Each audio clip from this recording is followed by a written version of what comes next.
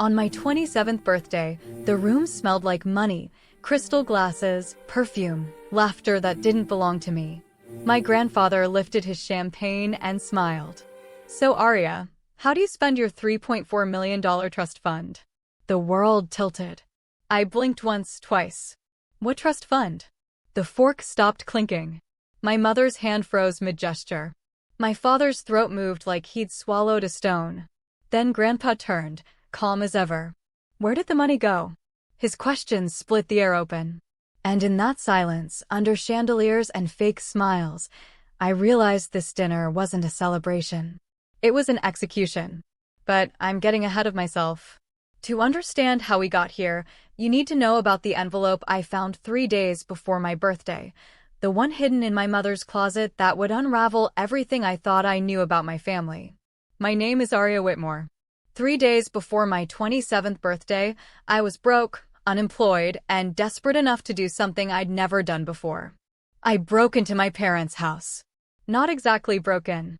I still had a key from when I was 16, back when they trusted me with one. Back before I became the family disappointment who chose art school over business, who lived in a run-down apartment in the Mission instead of their perfect Marin County bubble. I wasn't there to steal. I was there to borrow. Just enough to cover rent. Just enough to survive another month while I looked for work. I'd pay them back, I told myself, even though I knew that was a lie I'd probably never make good on. It was a Tuesday afternoon. Mom had Pilates at 2. Dad had golf at 3. I had exactly 90 minutes. The house looked the same as always, marble floors so polished I could see my reflection, fresh flowers in crystal vases, that faint smell of expensive candles and furniture polish. Everything in its place. Everything perfect. I headed straight for my father's office. He kept cash in his desk drawer, I knew that much. Emergency money, he called it. $2,000 in crisp hundreds, rubber-banded and hidden under his checkbook. My hands shook as I opened the drawer. The money was there, exactly where I remembered.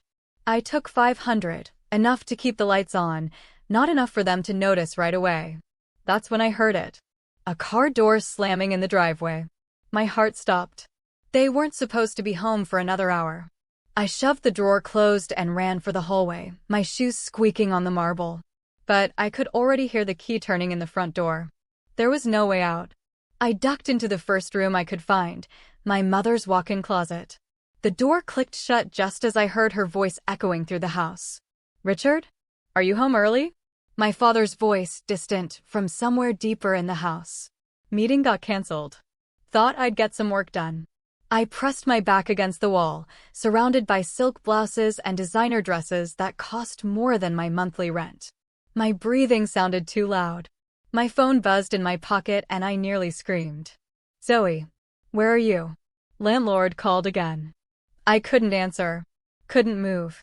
I was trapped in my mother's closet like a teenager sneaking back after curfew, except I was 27 and committing what was technically breaking and entering. Minutes crawled by. I heard them moving through the house, doors opening and closing, the hum of conversation too distant to make out words. Then, footsteps. Coming closer.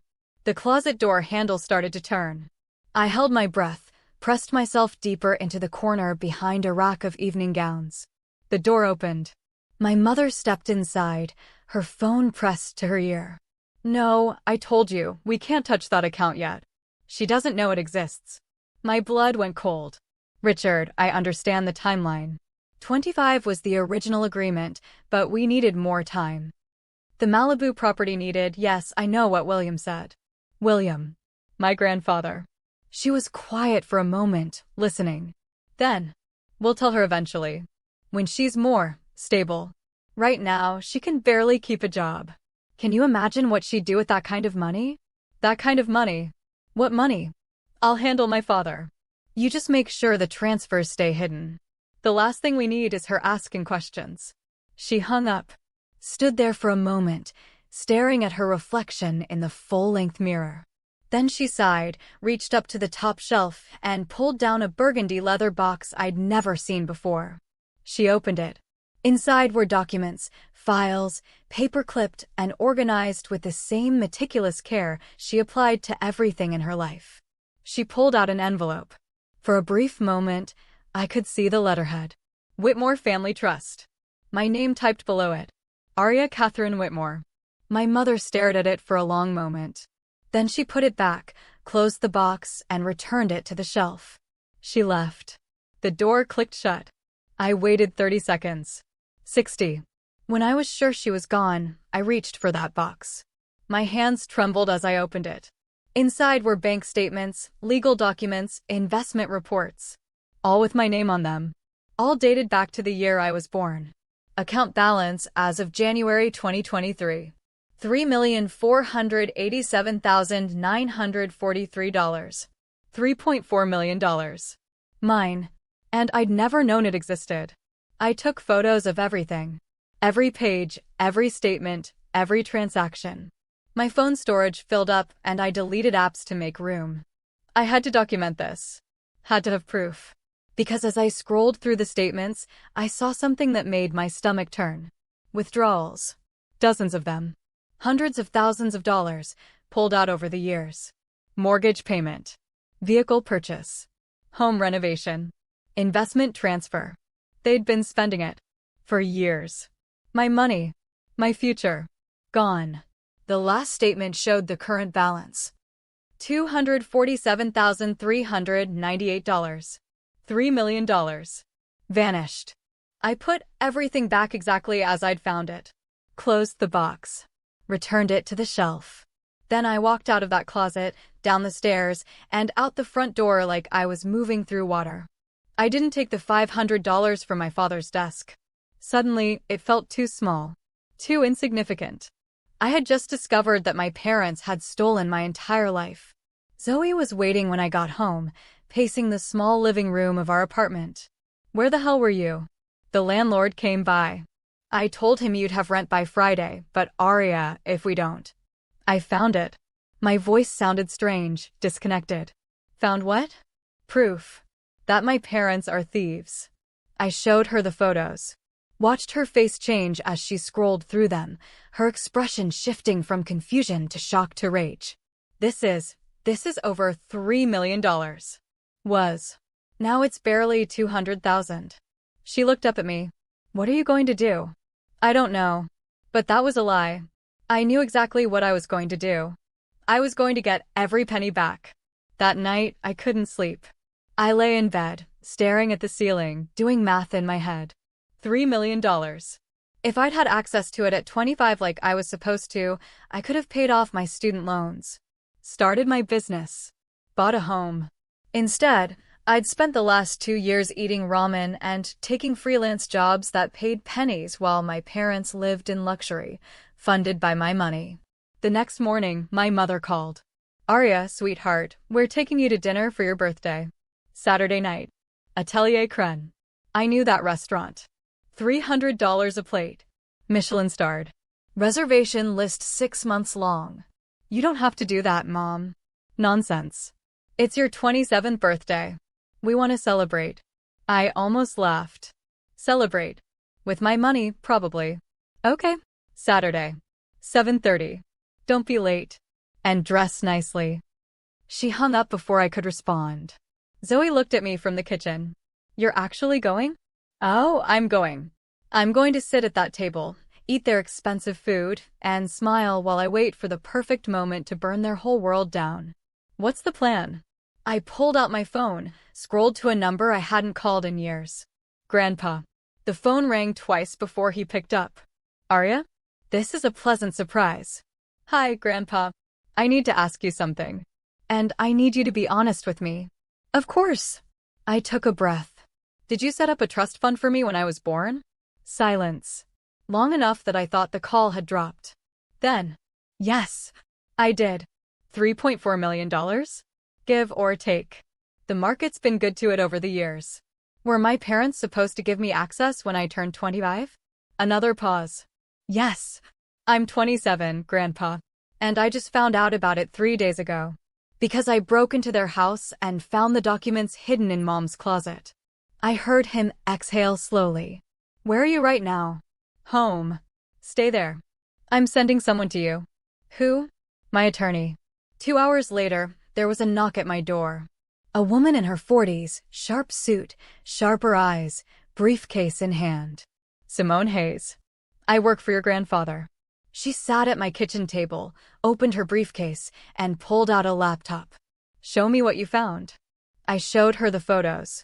Watched her face remain perfectly neutral as she examined each one, taking notes. This is financial fraud. Breach of fiduciary duty.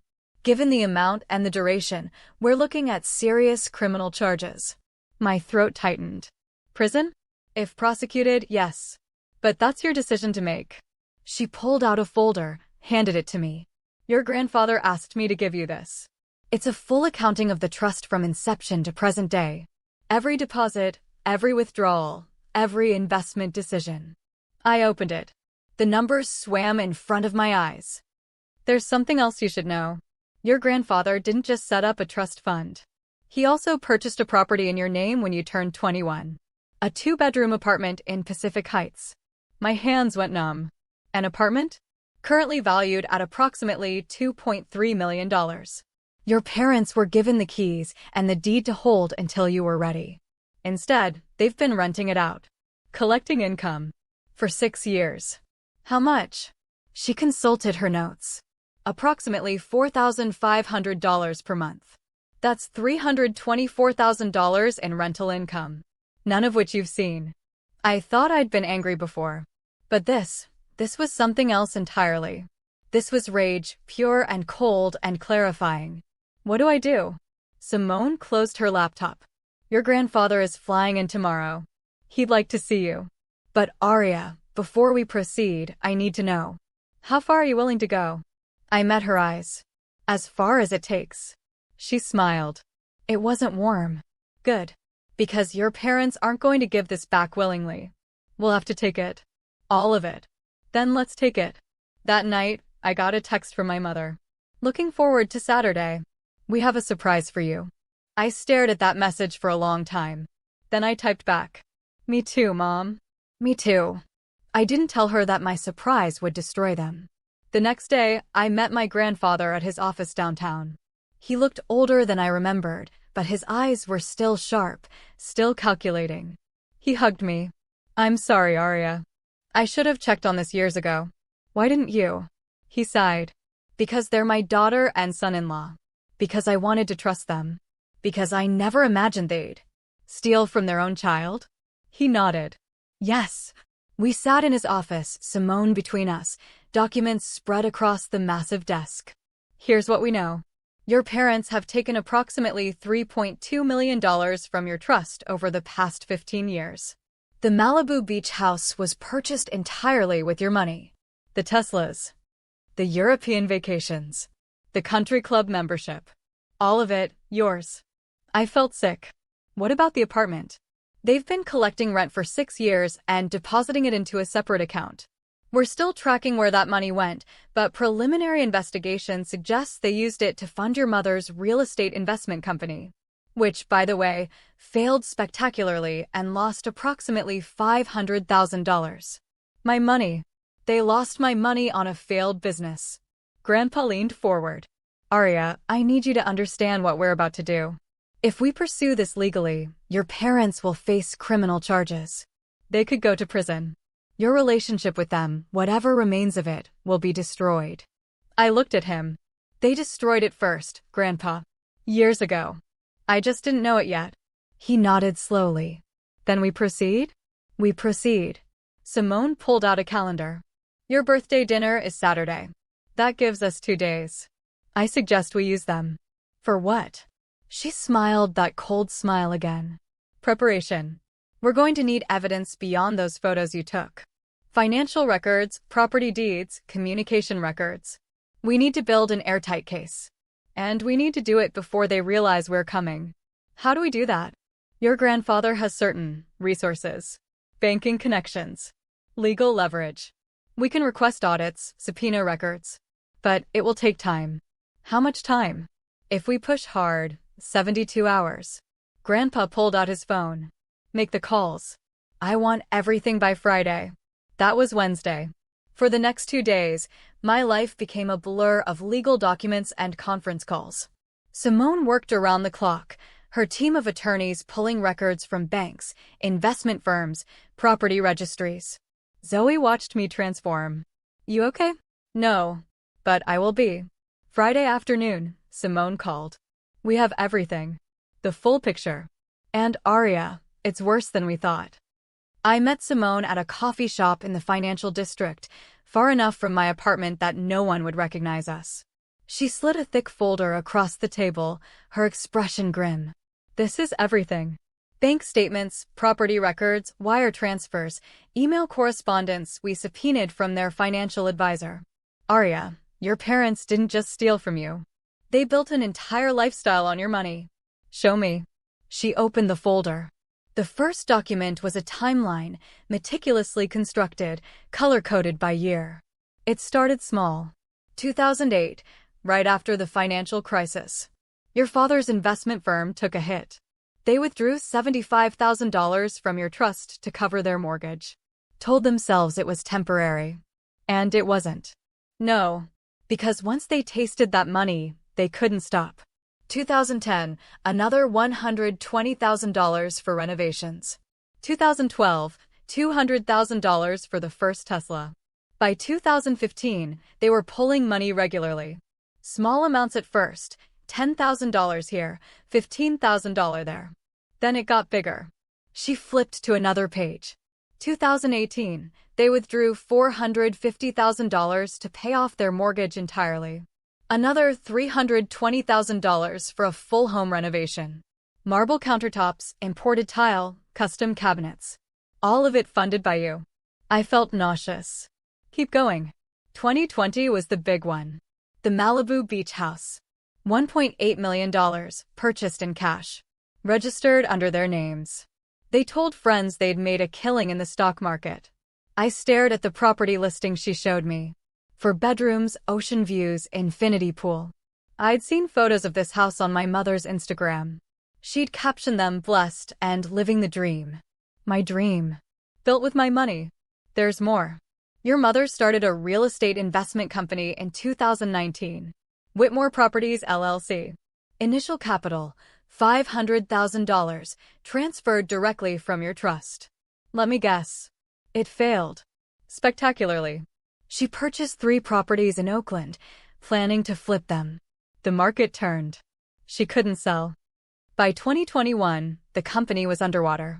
She liquidated everything at a loss. How much did she lose? All of it. $500,000. Gone. I closed my eyes. How much is left in the trust? $247,398. But Aria, there's something else. The apartment in Pacific Heights. She pulled out rental agreements, bank statements showing deposits. Your parents have been collecting $4,500 a month in rent for 6 years. That's $324,000 in rental income. We tracked where it went. Where? Offshore account. Cayman Islands. They've been hiding it. My hands clenched into fists. They knew. They knew this was wrong, so they hid it. Yes. Which, legally, makes this even worse. This isn't just breach of fiduciary duty. This is deliberate fraud, money laundering, tax evasion. The federal government would be very interested in this. What happens now? Simone leaned back. Tomorrow night, you go to that dinner. You smile, you eat, you let them think everything is normal. And then your grandfather reveals what he knows. And then? Then we give them a choice. Return everything voluntarily and face civil consequences, or we file criminal charges and let the justice system handle it. What do you think they'll choose? She smiled grimly. People like your parents always think they can negotiate their way out. They'll try to minimize, make excuses, maybe even blame you for being ungrateful. But we have them. The evidence is ironclad. I want to press charges. Simone's expression didn't change. Are you sure? Because once we go down that road, there's no coming back. Your parents will go to prison. Your mother could get 7 to 10 years. Your father, similar. This will be public. Messy. It will define your family for the rest of your lives. I met her eyes. They stole my entire future and smiled while doing it. They deserve everything that's coming. She nodded. Then we proceed. That night, I couldn't eat. Couldn't sleep. I kept looking at the photos Simone had given me. My parents at the Malibu house, champagne glasses raised. My mother's Instagram feed, full of luxury vacations and designer clothes. My father's Facebook posts about his success in business. All lies. All funded by me. Zoe sat with me on the couch, her hand on my shoulder. You don't have to do this alone, you know. I can come with you tomorrow. I shook my head. This is something I need to face myself. What are you going to say to them? Nothing. I'm going to let Grandpa do the talking. And then I'm going to watch their world fall apart. She squeezed my shoulder. They deserve it. I know. But knowing it and feeling it were two different things. Because despite everything, they were still my parents. I'd grown up in that house, eaten at that table, believed their lies for 27 years. Part of me, the small part that still remembered being a child who loved them, felt like I was about to commit murder. But the larger part, the part that had struggled and suffered while they lived in luxury, felt nothing but cold satisfaction. Saturday came too fast and too slow. I spent the morning in a daze, going through the motions. Shower. Coffee. Staring at my closet, trying to decide what you wear to your parents' execution. I chose the black dress again. The same one I'd worn before. It felt fitting somehow, coming full circle. Zoe helped me with my makeup. You look beautiful. I look tired. You look strong. I didn't feel strong. I felt brittle, like one wrong word would shatter me into pieces. My phone buzzed. A text from Grandpa. I'll be there at 7:15. Simone will arrive at 7:45 with the documents. Are you ready? I typed back. As ready as I'll ever be. His response came immediately. Remember, Arya. You did nothing wrong. They did this to themselves. I held on to those words like a lifeline. The Uber dropped me off at Atelier Cren at exactly 7:28. 2 minutes early. The restaurant glittered with warm light, all glass and gold, and the kind of elegance that costs more than most people make in a month. My parents were already seated at a corner table, prime location with a view of the bay. My mother waved when she saw me, her smile bright and practiced. Darling, you look lovely. She air-kissed me, her perfume overwhelming. My father stood, hugged me briefly. Happy birthday, sweetheart. I slid into my seat, accepted the champagne they'd already ordered. Thank you for this. Of course. It's not every day our daughter turns 27. I sipped the champagne. It tasted like ash. They launched into conversation, the same surface-level chatter they always filled silences with. The weather. The traffic. A new restaurant opening in Sausalito. I nodded in the right places, smiled when expected, and watched the clock. 7:15.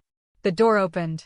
My grandfather walked in, silver-haired and commanding, every eye in the restaurant turning to watch him. He was that kind of man, the kind who owned rooms without trying. My mother's smile faltered. Dad? What are you doing here? Celebrating my granddaughter's birthday, of course. He sat down beside me, ordered whiskey neat, and the temperature at the table dropped 10 degrees. We weren't expecting you. I know, but I wouldn't miss this for the world. He turned to me, his eyes warm. Happy birthday, Arya. Thank you, Grandpa. My father cleared his throat. Well, this is nice. A family dinner. Yes, family. The word came out sharp, deliberate. My mother shifted in her seat. The waiter came, took our orders. No one spoke while he was there. The silence stretched, uncomfortable and heavy. Then Grandpa set down his whiskey glass and smiled. So, Arya, tell me, how do you spend your $3.4 million trust fund? The world stopped. I watched my mother's face drain of color. My father's hand froze halfway to his water glass. The fork my mother had been holding clattered onto her plate. What trust fund? I kept my voice steady, even though my heart was hammering. Grandpa's expression didn't change. The trust one set up when you were born, Arya. The one your parents were supposed to transfer to you when you turned 25. Surely they told you about it? My mother laughed, too high, too fast. Dad, I don't know what you're talking about. There's no... Victoria. His voice cut like a blade. Don't lie to my face. The silence that followed was absolute. Every sound in the restaurant faded, the clinking of silverware, the murmur of conversation, the soft jazz playing in the background. All of it disappeared into the black hole of that moment. My father's throat worked. Dad, we can explain. You took $3.2 million from your daughter's trust fund. You purchased a beach house with her money. You funded a failed business with her money. You've been collecting rent on a property that belongs to her and hiding it in an offshore account. What exactly is there to explain? My mother's eyes filled with tears. We were going to tell her. We were just waiting for the right time. The right time? I finally spoke, my voice low and shaking. I'm 27, Mom. I've been struggling to pay rent for 2 years. I lost my job last week. I've been eating ramen and skipping meals. When exactly was the right time? She reached for my hand. I pulled away. Sweetheart, you don't understand. We were protecting you. From what? From having a future? From being able to support myself? From making mistakes? You were so young, so irresponsible. We knew you'd waste it. On what? Food? Housing? Student loans? Things I actually needed while you were buying Teslas and beach houses? My father leaned forward. Arya, please. Let's discuss this privately. No. Grandpa's voice was final. We're past private discussions, Richard. You had years to do the right thing. You chose theft instead. The door opened again. Simone walked in, briefcase in hand, another man beside her in a dark suit. She approached our table. This is Marcus Chin, my associate. We have documents that need to be reviewed. My mother's face went white. Documents? Simone opened her briefcase, pulled out folders, and began laying them on the table. Bank statements. Property deeds. Wire transfers. Email correspondence. The entire paper trail of my parents' theft, organized and indexed. This is a complete accounting of every dollar withdrawn from Arya's trust fund over the past 15 years. Every property purchased with her money. Every fraudulent transfer. Every lie. She slid a document toward my father. This is the offshore account in the Cayman Islands where you've been hiding rental income. That's money laundering, Richard. That's a federal crime. My mother started crying for real now, mascara running down her cheeks. Please. Please, we'll pay it back. We'll sell everything. You can't pay it back. Simone's voice was matter of fact. You don't have the assets. The Malibu house has appreciated, but you owe more on it than it's worth after your renovations. The Teslas have depreciated. Your retirement accounts are minimal. Even if we liquidated everything you own, you'd maybe return $1.5 million. You stole $3.2 million. My father's hands shook. What do you want from us? Grandpa leaned back. That's not my decision. It's Arya's. Everyone turned to look at me. I looked at my parents, really looked at them. My mother's designer dress probably cost $2,000. My father's watch, another $8,000. The jewelry. The shoes. The carefully maintained image of success. All of it bought with my future. I want everything. The Malibu house, the cars, every asset you own. I want the rental income you've been hiding. I want it all returned. And then? I took a breath. And then I'm pressing criminal charges. For fraud. For theft. For everything you've done. My mother gasped. Arya, no. Please. We're your parents. You stopped being my parents the first time you stole from me. My father's face crumpled. You can't do this. Think about what this will mean. We'll go to prison. You should have thought about that before you spent my life savings on a beach house. Simone pulled out another document. This is a criminal complaint, ready to file. Felony financial fraud, breach of fiduciary duty, money laundering, tax evasion. The DA's office has already reviewed it. They're prepared to prosecute. My mother turned to Grandpa, desperate. Dad, please. She's your granddaughter, but we're your family too. Were. You were my family. Then you stole from a child and called it love. He stood, placed a hand on my shoulder. Arya, we should go. I stood too. Looked at my parents one last time. My mother grabbed my arm. Please, Arya. Don't do this. We made mistakes, but we love you. I pulled away. You love my money. You never loved me. I walked out of that restaurant with my grandfather and Simone, leaving my parents sitting at that table surrounded by evidence of their crimes, their expensive champagne going flat, their perfect image finally shattered. Outside, the night air felt clean. Cold. I could breathe for the first time in days. Grandpa hugged me. You did the right thing. I don't feel good about it. Justice rarely feels good at first. But you will. In time. Simone handed me an envelope. These are the keys to your apartment. The tenant's lease expires in 2 weeks. After that, it's yours. We've also frozen all your parents' accounts pending asset recovery. They won't be able to hide anything else. I took the keys. They felt heavier than they should. What happens now? Now we file the charges. Your parents will be arrested within 48 hours. They'll have the option to return assets voluntarily in exchange for reduced sentencing, but given the amount and the duration, we're looking at significant prison time regardless. How long? 7 to 10 years for your mother. 8 to 12 for your father, given his role as the financial manager of the trust. I nodded. Okay. Are you sure, Arya? Once we file, there's no taking it back. I looked up at the restaurant, where I could still see my parents through the window. My mother was crying. My father had his head in his hands. They had a choice every single day for 15 years. They chose this. Simone smiled. Then let's make sure they face the consequences. The charges were filed Monday morning at 9:47 a.m. I know because Simone called me the moment the paperwork was submitted to the DA's office.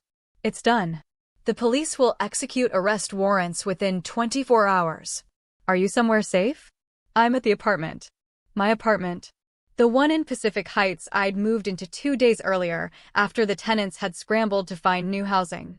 The place still smelled like strangers. Their cleaning products, their lives, their presence in a space that had always belonged to me. Good. Stay there. Your parents might try to contact you. Don't answer. Don't engage. Let us handle everything. She hung up before I could respond. I stood in the middle of the living room, surrounded by half-unpacked boxes, and waited for the guilt to come. It didn't. Instead, I felt hollow, like someone had scooped out everything inside me and left just the shell. Zoe emerged from the second bedroom, paint roller in hand. She'd insisted on helping me move in, had taken a week off work to be here. Her face, we need to talk about this couch. It's hideous. I laughed. It came out strange, almost hysterical. It cost $8,000. Then they have terrible taste and too much money. Your money. She was right. The couch was hideous. Cream-colored leather, oversized, the kind of statement piece people bought when they had more money than sense. I'd already decided to sell it. My phone rang. Unknown number. I let it go to voicemail. It rang again. Same number. Then a text. Arya, please. We need to talk. This is your mother. I blocked the number. Another text came through, different number. This is Dad.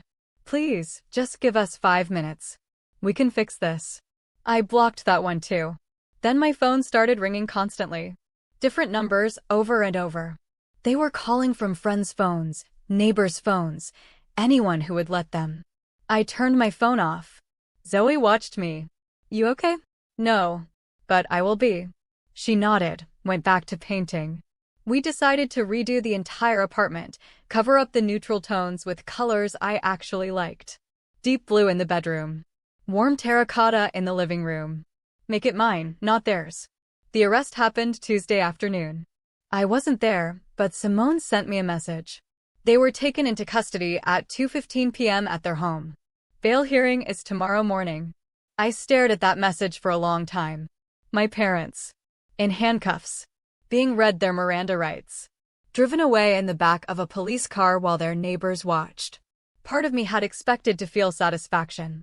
Instead, I felt nothing. Just that same hollow emptiness. Zoe came over, read the message over my shoulder. Good. They deserve it. I know. Then why do you look like you're about to cry? Because they're still my parents. And part of me still remembers when they weren't monsters. She hugged me. The monsters were always there, Arya. You just couldn't see them yet.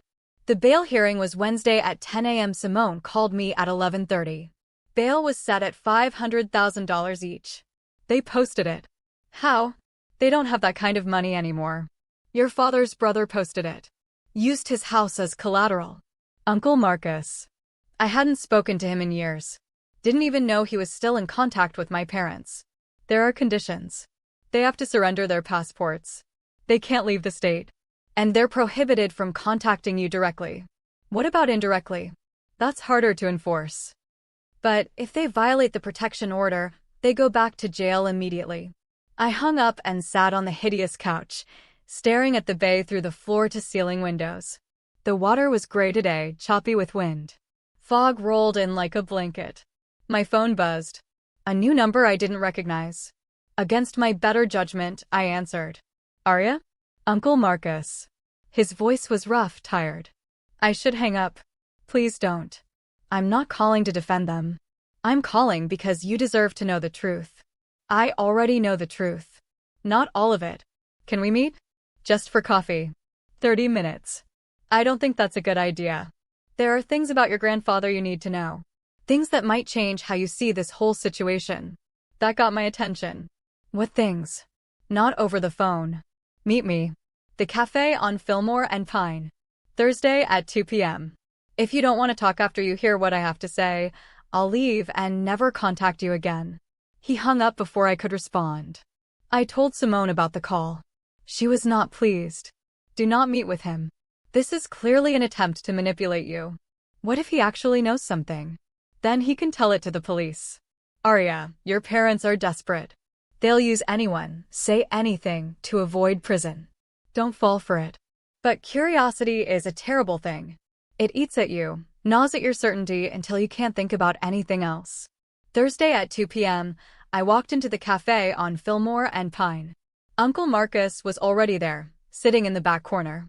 He looked older than I remembered, gray hair, deep lines around his eyes, the kind of weariness that comes from carrying too much weight for too long. I sat down across from him. You have 30 minutes. He slid a folder across the table. Open it.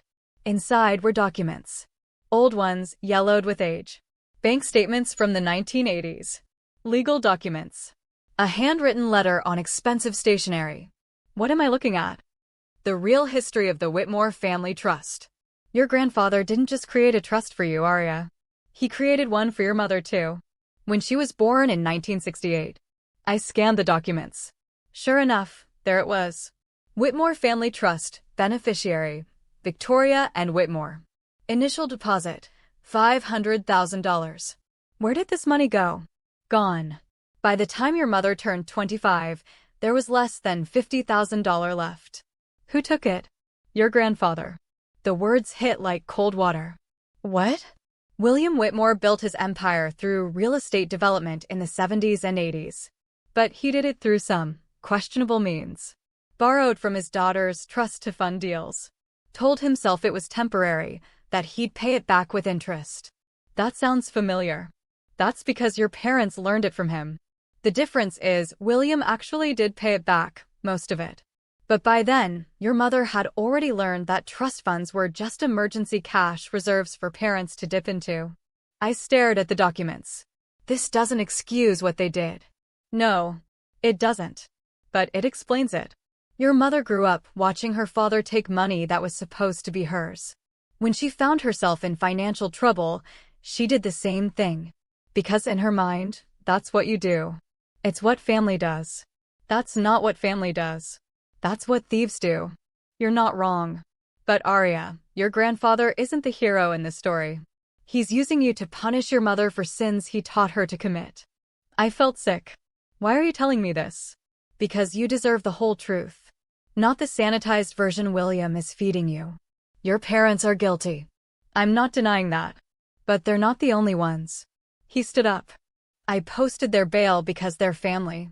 Because despite everything, I still love my brother.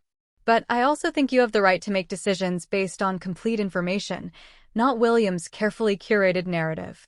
He left. I sat there, staring at the documents, feeling my certainty crack. That night, I called Grandpa. He answered on the first ring. Arya, how are you holding up? Did you steal from Mom's trust fund? Silence. Long and heavy. Who told you that? Uncle Marcus. Is it true? More silence. Then, it's more complicated than that. It's a yes or no question, Grandpa. I borrowed from it. Yes, but I paid it back with interest. Your mother's trust was fully funded by the time she turned 25. But you took from it first. I was building a business, Arya. I needed capital. I always intended to replace it. That's the same excuse Mom and Dad are using. It's not the same. I actually paid it back. He sounded defensive. Angry. I'd never heard him angry before. Did Mom know that you'd taken her money? Yes. We had disagreements about it when she was younger. But I explained it to her. Made her understand that sometimes family has to make sacrifices for the greater good. And now she's using that same logic. That's different. I was building something. I created wealth that benefited the entire family. What did your parents build? Nothing. They stole to maintain a lifestyle they couldn't afford. Or maybe they stole because you taught them it was acceptable. Another silence. When he spoke again, his voice was cold. Are you reconsidering the charges? I don't know. Arya, those charges are the only leverage we have. If you drop them now, your parents will never return what they stole. They'll declare bankruptcy, hide assets, and you'll never see that money again. Maybe money isn't the point anymore. Then what is the point? I don't know, Grandpa. I really don't know. I hung up. Zoe found me on the balcony, staring at the bay. What happened? I told her everything. About Marcus. About the documents. About Grandpa's past. So, what are you going to do? I don't know. Part of me wants to drop the charges. Let them keep their freedom. But another part of me knows Grandpa's right. If I do that, I'll never get the money back. Is the money what matters? I thought about it. Thought about the last 2 years of struggling. The nights I'd gone hungry. The jobs I'd taken that paid almost nothing. The student loans crushing me. Yes, the money matters. Not because I want to be rich, but because it represents a future I should have had. A chance I was denied. Then keep the charges. Even if Grandpa's not the hero I thought he was? Especially then. Because this isn't about him anymore, Arya. It's about you. She was right. This had never been about Grandpa's redemption or my parents' punishment. It was about me reclaiming what had always been mine. Friday morning, my parents' attorney called. Simone had given me his number in case of emergencies. Miss Whitmore, my name is Gregory Thornton. I represent Richard and Victoria Whitmore. I'd like to discuss a potential settlement. I'm listening. Your parents are prepared to return all assets, pay full restitution, and accept probation in exchange for dropping the criminal charges. Full restitution is $3.2 million. They don't have that. They're willing to sell everything. The house, the cars, liquidate retirement accounts. They estimate they can return approximately $2.1 million immediately, with the remaining balance paid over 10 years. And if I refuse? Then this goes to trial. Your parents will likely be convicted and sentenced to significant prison time. But Miss Whitmore, trials are ugly. Everything will become public. Your family's finances, your grandfather's past dealings, all of it will be exposed. Are you prepared for that? I thought about it. About seeing my parents in orange jumpsuits. About testifying against them in court. About watching them be led away to prison. About the rest of my life carrying the weight of that choice. I'll think about it. We need an answer by Monday. The preliminary hearing is Tuesday. I hung up. That weekend was the longest of my life. I barely slept. Barely ate. Just paced the apartment, weighing options, measuring consequences. Sunday night, Grandpa called. Have you made a decision? Not yet. Arya, if you accept a settlement, they'll never face real consequences. They'll declare bankruptcy on the balance they can't pay, and you'll be lucky to see half of what they stole. I know. Then why are you hesitating? Because I'm tired, Grandpa.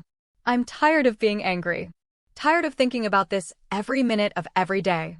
I just want it to be over. It will be over. Once they're in prison and you have your money back. Will it?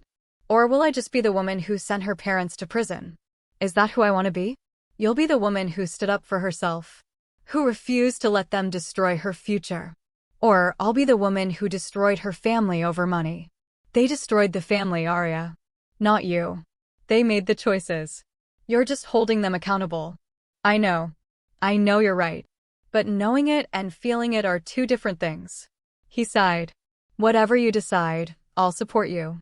But don't let guilt make the decision for you. They're counting on that. They're counting on you being too kind, too forgiving, too willing to let them off the hook. What would you do? If you were me? I'd make them pay. Every penny. Every consequence. I'd make sure they never forgot what it cost to betray you. Even if it meant sending them to prison? Especially then. We hung up. I sat on the hideous couch in the dark, watching lights flicker across the bay. Monday morning at 9 a.m., I called Gregory Thornton. I've made my decision. Gregory Thornton's voice was cautious, measured. I'm listening. I'll accept the settlement. But I have conditions. I could hear him exhale, relief evident even through the phone. Of course.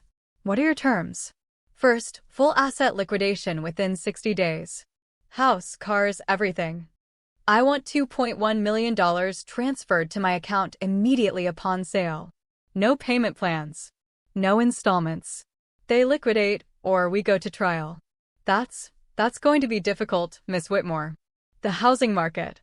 60 days, Mr. Thornton. They managed to spend my money fast enough. They can return it just as fast. Silence. Then, what else? Second, they both sign a legally binding document admitting to every fraudulent transaction. Every theft. Every lie. I want it notarized and filed with the court. If they ever try to spin the story, if they ever try to claim they were victims or that I'm ungrateful, I want legal proof of exactly what they did. That's unusual. Those are my terms. Anything else? Yes. The remaining balance, the $1.1 million they can't return immediately. I want a lien placed on any future inheritance they might receive. When Grandpa dies, when Uncle Marcus dies, when anyone in this family dies and leaves them money. I get paid first. Every penny until the debt is settled. Miss Whitmore, that could take decades. Then they'll spend decades remembering what they did. Those are my terms, Mr. Thornton. Take them or leave them. I need to consult with my clients. You have until 5 p.m. today. After that, the offer expires and we proceed to trial. I hung up. Zoe stared at me from the kitchen doorway. Holy shit. What? That was. I've never seen you like that before. Like what?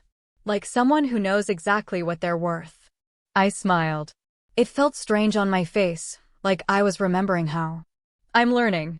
My phone rang at 3:47 p.m. Gregory Thornton. My clients accept your terms. All of them. Smart choice. We'll need a few days to draft the documents. You have 48 hours. I want contracts ready for signature by Wednesday. There was a pause. You're very different from how your parents described you. How did they describe me? Soft. Easy to manipulate. Someone who'd forgive them because you always do. I did always forgive them. Not anymore. Clearly. I'll have the documents ready by Wednesday. Wednesday came cold and gray, fog so thick I couldn't see the bay from my windows. Simone picked me up at 9 a.m. in a black town car, her expression unreadable.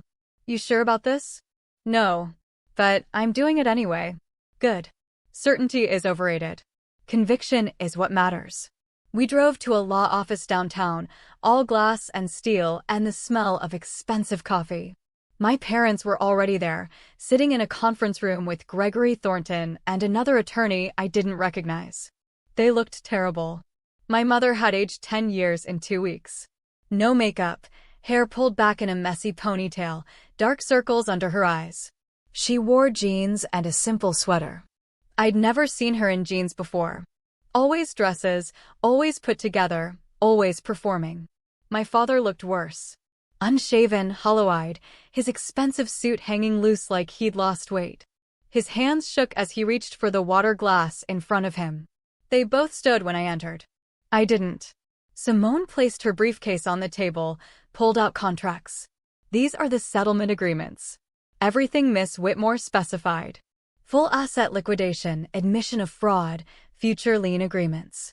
Read them carefully. Once you sign, this is legally binding. My mother reached for the papers, her hands trembling. Arya, sweetheart, can we please talk? No. The word came out sharp, final. But we just want to explain. There's nothing to explain. You stole from me. You lied to me. You lived in luxury while I struggled. The only thing I want from you now is my money back. My father leaned forward. We made mistakes. Terrible mistakes. But we're still your parents. You stopped being my parents the first time you chose money over me. Sign the papers or don't. But don't ask me for forgiveness you haven't earned. My mother started crying. Real tears this time, not the practiced kind. Please. We're losing everything. The house, the cars, our retirement. We'll have nothing.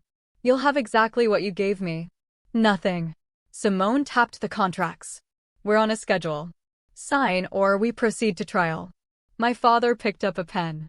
His hand shook so badly he could barely hold it. This is really what you want? To destroy us? I didn't destroy you. You did that yourselves.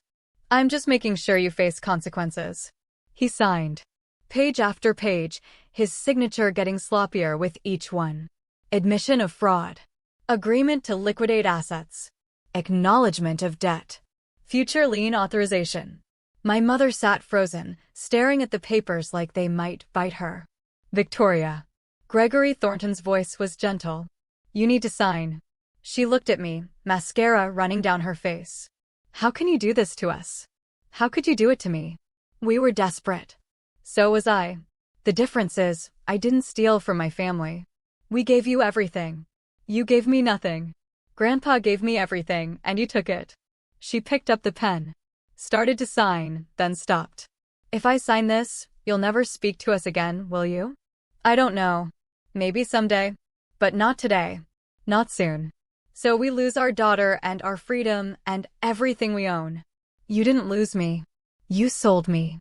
For a beach house and designer clothes and a lifestyle you couldn't afford. You made that choice every single day for 15 years. She signed. Every page. Every admission. Every agreement. When it was done, Simone collected the documents, placed them back in her briefcase. The criminal charges will be dropped by end of business today.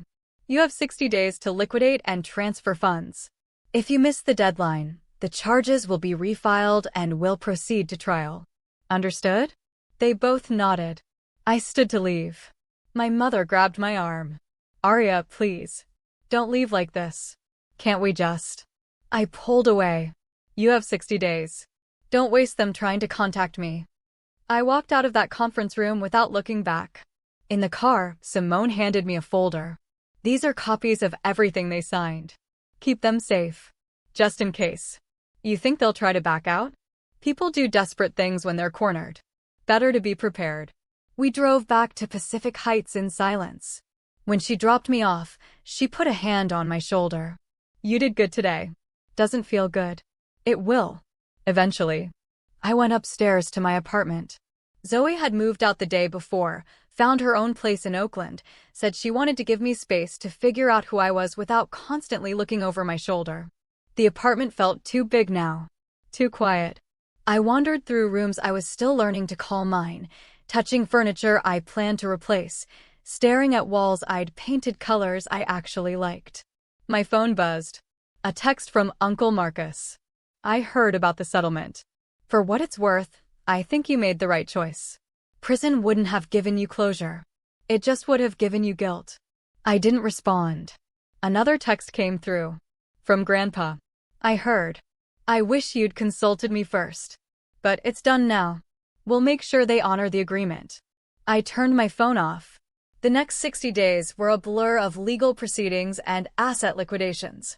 The Malibu house sold in 3 weeks to a tech executive from San Jose. $2.2 million. The Teslas went at auction. The furniture, the art, the jewelry, all of it sold piece by piece. My parents moved into a one-bedroom apartment in Daly City.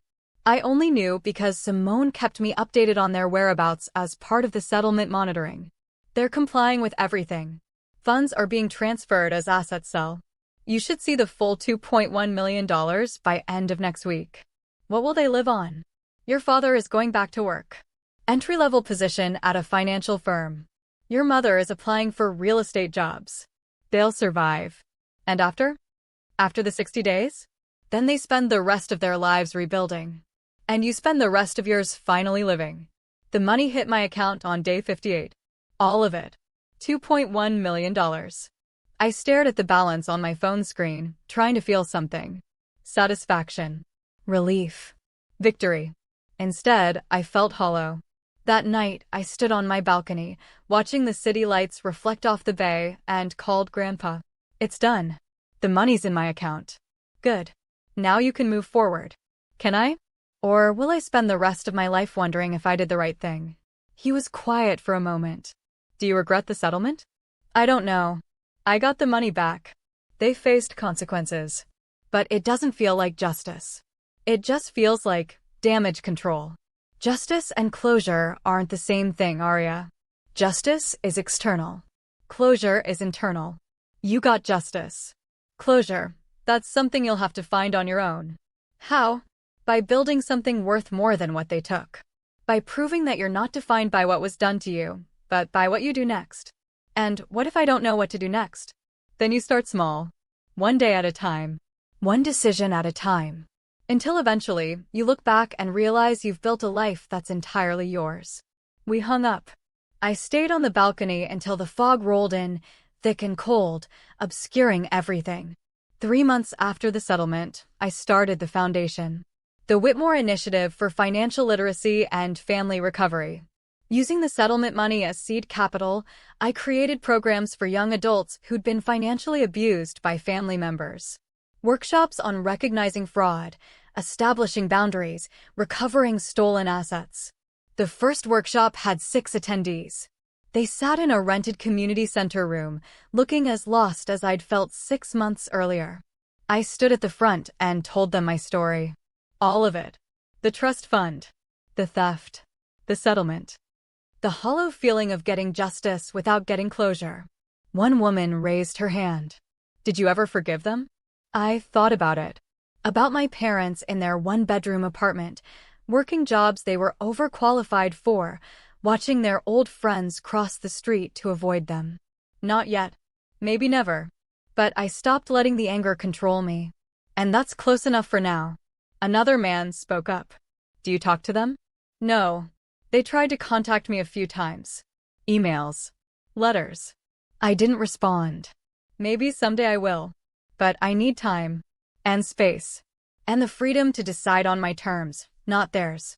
The workshops grew. 6 attendees became 12. 12 became 30. Within a year, we were running programs in 3 cities, helping hundreds of people navigate the complicated intersection of family loyalty and financial abuse. I hired staff. Real professionals who understood trauma and recovery and the specific kind of pain that comes from being betrayed by the people who should have protected you. Zoe came back into my life gradually. Coffee once a week. Then dinner. Then movie nights at my apartment, which I'd finally furnished with pieces I actually liked instead of the expensive garbage my parents had left behind. One night, she asked the question I'd been avoiding. Have you thought about what you'll do when they reach out again? They won't. The settlement prohibits contact. That expires in 2 months. I know. And then? I don't know. Part of me wants to hear what they have to say. Another part of me thinks it doesn't matter. Nothing they say will change what they did. Maybe it's not about changing the past. Maybe it's about seeing if they've changed. I thought about that. About the possibility of redemption. About whether people who'd stolen my entire future deserved a second chance. I still didn't have an answer. The contact prohibition expired on a Tuesday in March. I woke up that morning knowing they could call, could show up, could force a confrontation I wasn't ready for. Nothing happened. Days passed. Then weeks. No calls. No emails. No letters. I didn't know whether to feel relieved or disappointed. Then, on a Saturday morning 6 weeks later, there was a knock at my door. I looked through the peephole. My mother stood in the hallway. She looked different.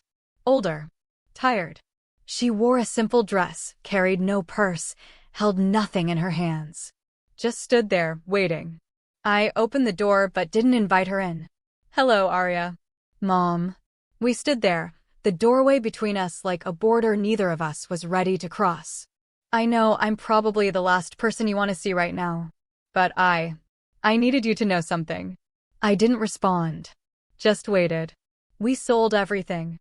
Paid you back. We're living in a tiny apartment and working jobs we hate. And I spend every single day thinking about what we did to you.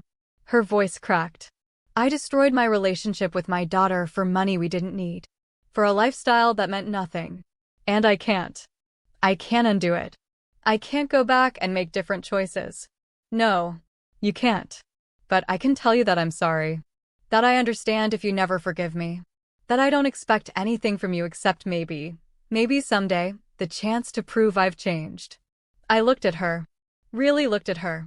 At the woman who'd given birth to me, raised me, then methodically stolen my future. At the stranger standing in my hallway, asking for something I didn't know if I could give. I'm not ready. Her face fell. I know. Maybe someday. But not today. She nodded. Okay. That's more than I deserve.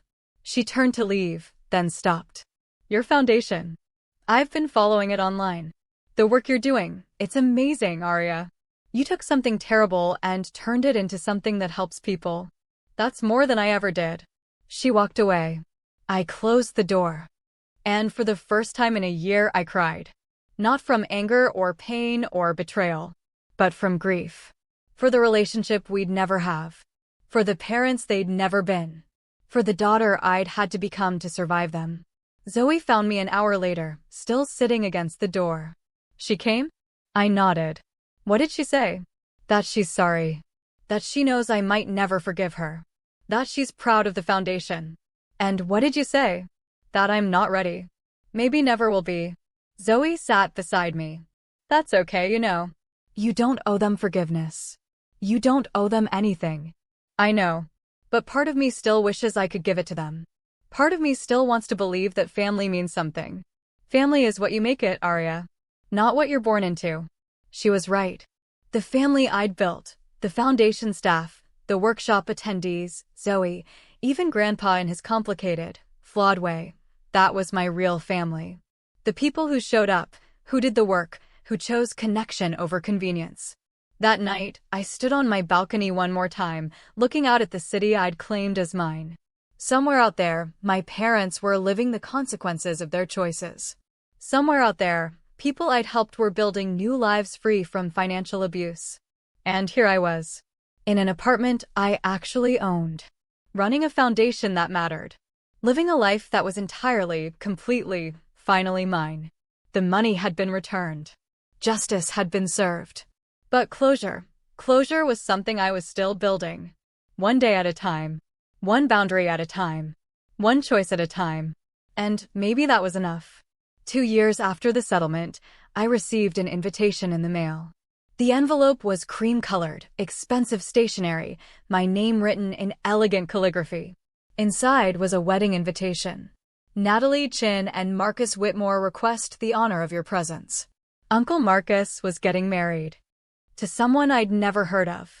The wedding was in 6 weeks at a vineyard in Sonoma. At the bottom, a handwritten note. Arya, I know this is complicated. Your parents won't be there. I made sure of that. But I'd really like you to come. Your family, even if family has meant different things to different people. No pressure. Just hope. Marcus. I set the invitation on my kitchen counter and stared at it for 3 days. Zoe noticed it on day 4. You going? I don't know. It's been 2 years. Maybe it's time. Time for what? To stop hiding. To stop letting what they did control every decision you make. I'm not hiding. She raised an eyebrow. When was the last time you went to a family event? When was the last time you even talked to anyone in the Whitmore family besides your grandfather? That's different. Is it? Because from where I'm sitting, you built this amazing life, the foundation, this apartment, your independence, but you're still letting them take up space in your head rent-free. I hate it when you're right. I know. It's my best quality. I RSVP'd yes the next day. The weeks leading up to the wedding were strange. I bought a dress, emerald green, elegant, but not flashy. Got my hair done. Practiced smiling in the mirror like I was preparing for battle. Because in a way, I was. Grandpa called 2 days before the wedding. You're going? Yes. Good. I'll be there too. We can drive together if you'd like. No thanks. I need to do this on my own terms. He chuckled. You've gotten very good at that. On your own terms. I learned from the best. That's not a compliment to me, Arya. That's you giving yourself credit for surviving what I should have prevented. The wedding was beautiful. Rolling hills covered in grapevines, late afternoon sun turning everything gold, white chairs arranged in perfect rows facing a flower-covered arch. I arrived early, found my seat in the third row. Family section. The irony wasn't lost on me. People trickled in. Distant cousins I hadn't seen in years. Aunts and uncles who'd heard the story but never asked my side. They stared, whispered, pretended not to notice me while obviously noticing me. I kept my head high and my expression neutral. Grandpa arrived 20 minutes before the ceremony, walking with a cane now. He looked friendlier than the last time I'd seen him, but his eyes were still sharp. He sat beside me. You look beautiful. Thank you. How are you? Good. Really good, actually. The foundation just expanded to 5 cities.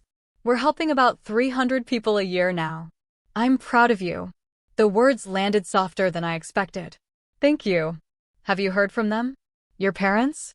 I shook my head. Not since that day she showed up at my apartment. 2 years ago. Do you want to? I thought about it. I don't know. Sometimes I think about what I'd say if I saw them again. Other times I think the silence says everything that needs to be said. The ceremony started before he could respond. Uncle Marcus looked happy. Genuinely, radiantly happy.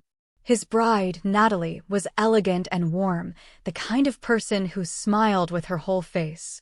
They exchanged vows about second chances and new beginnings. About choosing love even when it's complicated.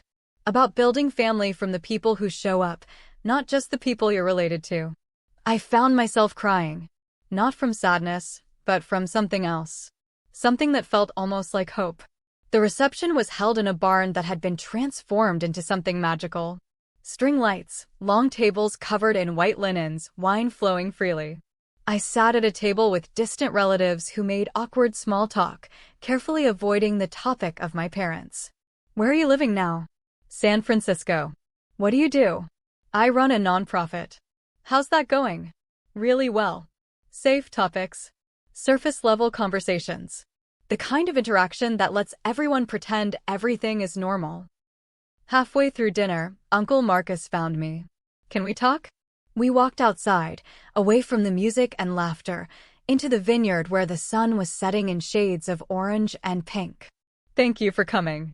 I know it wasn't easy. It wasn't. But I'm glad I did. He nodded. I want you to know. I don't condone what they did. Your parents. I helped them with bail because they're family, but I don't excuse it. What they did to you is unforgivable. I appreciate that. But I also want you to know they're trying. Really trying. Your dad's been working 60-hour weeks to pay down debt. Your mom's in therapy. They're not the same people they were 2 years ago. Good.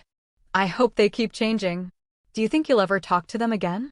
I looked out at the vineyard, at the rows of vines stretching toward the horizon. Maybe. Someday. When I'm ready. If I'm ever ready. That's fair. More than fair. He hesitated, then pulled an envelope from his jacket pocket. They asked me to give this to you. I told them I wouldn't unless you wanted it. So, do you? I stared at the envelope. It was thin, just a single page probably.